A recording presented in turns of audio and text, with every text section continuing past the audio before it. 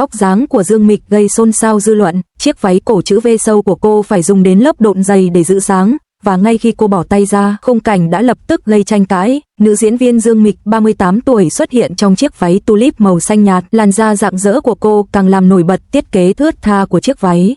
Người phụ nữ chăm chỉ làm việc này, người đã lớn lên trên phim trường, giờ đây đã tiết chế hình tượng hào nhoáng của mình nhưng vẫn vô cùng rạng rỡ vẻ đẹp của người phụ nữ không bao giờ nên bị định nghĩa, mỗi độ tuổi đều có cách tỏa sáng riêng.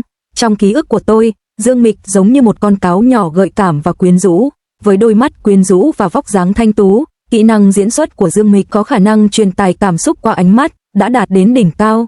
Tuy nhiên, thật bất ngờ, ở tuổi 38, Dương Mịch lại có sự sụt giảm về vóc dáng và nhan sắc của cô không còn như xưa. Ngày 12 tháng 3, Dương Mịch tham gia một sự kiện trực tiếp tại Thượng Hải. Tại sự kiện, cô diện một chiếc váy quây màu xanh nhạt và để kiểu tóc bồng bềnh duyên dáng. Cô trông rạng rỡ và tươi tắn, vừa xuất hiện, Dương Mịch đã bị người hâm mộ vây quanh. Phía sau cô là những người hâm mộ đang chụp ảnh bằng điện thoại. Dương Mịch, người đã quen với cảnh tượng này, vẫn giữ được sự bình tĩnh đáng kinh ngạc. Dù sao thì một ngôi sao hàng đầu vẫn là một ngôi sao hàng đầu. Khi Dương Mịch sắp bước lên sân khấu, trợ lý và chuyên viên tạo kiểu tóc của cô vẫn đang bận rộn chỉnh sửa tóc.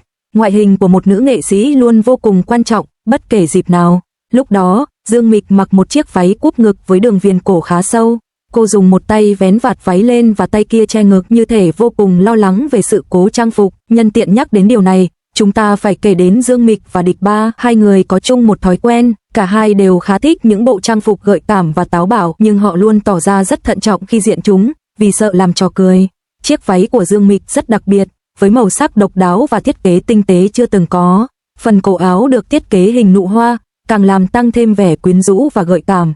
Dương Mịch là một người dày dạn kinh nghiệm trong các sự kiện lớn. Ngay khi bước lên sân khấu, cô lập tức đưa micro lên ngực để dành một tay cho người hâm mộ. Biểu cảm của Dương Mịch có phần căng thẳng và cứng nhắc, tạo cảm giác cô không được tự nhiên cho lắm. Thực tế, khi lớn tuổi, nhiều người nổi tiếng nữ thường phẫu thuật thẩm mỹ để duy trì nhan sắc. Dương Mịch cũng từng tuyên bố rằng cô không thể chấp nhận lời chỉ trích, và nếu mọi người cứ nhắc đến vầng trán rộng của cô sẽ đi cấy tóc. Thực tế, Dương Mịch bước chân vào ngành giải trí từ khi còn nhỏ. Cô lớn lên trong môi trường đoàn làm phim, dù sở hữu vẻ ngoài ngọt ngào, cá tính của cô rất mạnh mẽ, thường thể hiện hình tượng nữ chính cá tính. Trong giới diễn xuất, cô ấy được biết đến là một người nghiện công việc. Dù là hoạt động gì, Dương Mịch cũng luôn cố gắng hết sức để thể hiện bản thân tốt nhất. Ở tuổi 38, cô ấy trông vẫn rất xinh đẹp và quyến rũ. Đặc biệt, chiếc váy quây không dây với thiết kế cổ khoét sâu này tôn lên vóc dáng đầy đặn của Dương Mịch. Phần thân trên có thiết kế eo hình hoa tulip và đính tua rua, kết hợp với chân váy voan mỏng nhẹ, tạo nên vẻ ngoài vô cùng sống động và quyến rũ. Cái vẻ ngọt ngào không quá ngấy, sự tinh tế không quá quyến rũ, đó chính là điều Dương Mịch muốn thể hiện. Ở đẳng cấp của cô ấy không cần phải phô trương vẻ gợi cảm, cô ấy nên dựa nhiều hơn vào tài năng của mình để tỏa sáng.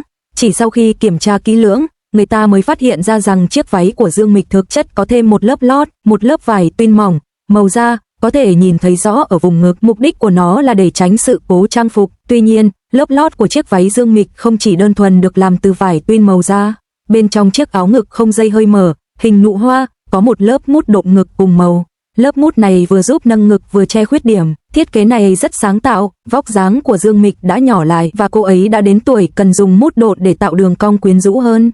Điều này khá dễ hiểu, vì người gầy như Dương Mịch thường có vòng ngực nhỏ. Đặc biệt khi chúng ta già đi, cơ thể trải qua quá trình mất mát đáng kể collagen và mô mềm. Tình trạng hiện tại của Dương Mịch đã rất nổi bật, và mặc dù thiết kế của chiếc váy này mang nét gợi cảm, nó cũng thêm vào đó một chút sự kín đáo tương đối. Một trong những bức ảnh đặc biệt của Dương Mịch toát lên vẻ đẹp vừa rạng rỡ vừa trẻ trung. Mái tóc uốn lượn buộc nửa đầu kết hợp với chiếc váy quây màu xanh nhạt tạo nên một bầu không khí thanh thoát, tựa như tiên nữ. Dù vóc dáng đã thon gọn hơn, cô vẫn giữ được vẻ đẹp cuốn hút. Thực tế, vẻ đẹp mà phụ nữ thể hiện không bao giờ nên được định nghĩa. Phụ nữ ở các độ tuổi khác nhau sở hữu những vẻ đẹp khác nhau.